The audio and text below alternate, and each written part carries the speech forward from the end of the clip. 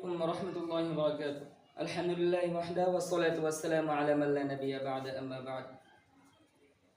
عن أبي ذر جندب بن جنادة وأبي عبد الرحمن معاذ بن جبل رضي الله عنهما عن رسول الله صلى الله عليه وسلم اتق الله حيثما كنت وأتبع السيئة الحسنة تمحوها وخالق الناس بخلق حسن. প্রিয় উপস্থিতি, আমি আপনাদের সম্মুখে একটি হাদিস তেলাওয়াত করেছি, যার অর্থ এমন: আবু যর জুনদুব ইবনে জুনাদা রাদিয়াল্লাহু আনহু এবং মুআয ইবনে জাবাল রাদিয়াল্লাহু আনহু থেকে বর্ণিত, রাসূল সাল্লাল্লাহু আলাইহি ওয়াসাল্লাম বলেছেন, তুমি যেখানেই থাকো না কেন আল্লাহকে ভয় করো, এবং তুমি যদি কোনো খারাপ কাজ করে ফেলো তাহলে তার পরপরই একটি ভালো কাজ করো, তাহলে ভালো কাজ দ্বারা সেই খারাপ কাজটি মিটে যাবে, এবং মানুষের সাথে উত্তম ব্যবহার করো। প্রিয় উপস্থিতি, এই হাদিস দ্বারা আমরা বুঝতে পারলাম যে আমাদেরকে মানুষের সাথে উত্তম ব্যবহার করতে হবে,